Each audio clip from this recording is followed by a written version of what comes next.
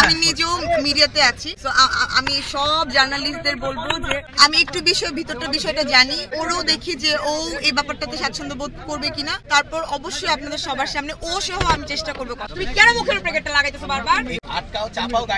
আমি একটু ওখানে আপডেটটা নিয়ে আগে প্লিজ। জামিন পর্যন্ত আসতে হবে এই ব্যাপারটাই তো কখনো চিন্তা করি না। সন্তুষ্ট অসন্তুষ্ট এটা কি বলবো, সারা রাত ঘুমাইতে পারি না ভাইয়া। ওর মতো একটা ইনোসেন্ট মানুষের এরকম জিনিস কখনো ফেস করতে হবে? আমি ওর বাসার মানে ওর মধ্যে এমন সূচি ভাই, ও বিছানার চাদর পারে না। আমি যতক্ষণ থাকে এর মধ্যে 5 বার বিছানার চাদর সে ঝাড়ু দেয়। এই মানুষটা এখানে কিভাবে আসে সারা রাত কিছু জানি না। তো মানে ওই সন্তুষ্ট অসন্তুষ্টর ব্যাপার অনেক পরে, আগে একটু দেখতে দেন কি অবস্থা কি ভাইয়া প্লিজ। আমি একটু দেখি ভিতরে একটু যাইতে দেন। আর আপনারা কে কে এসেছে? আমি আসছি, আন্টি আসতেছে, ওর আম্মু আসতেছে।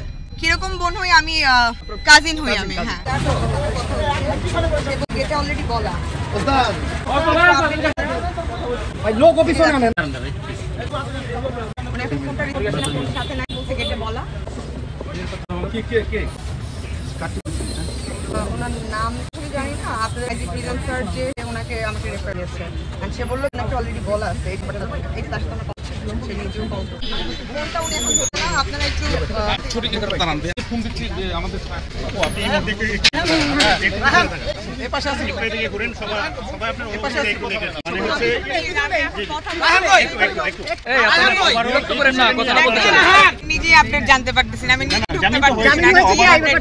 ওভারঅল ওনার বিষয় আমি তো বললাম যে আমি যখন দেখব যে আমার সামনে, তখন মনে করব যে সব সত্য হয়েছে।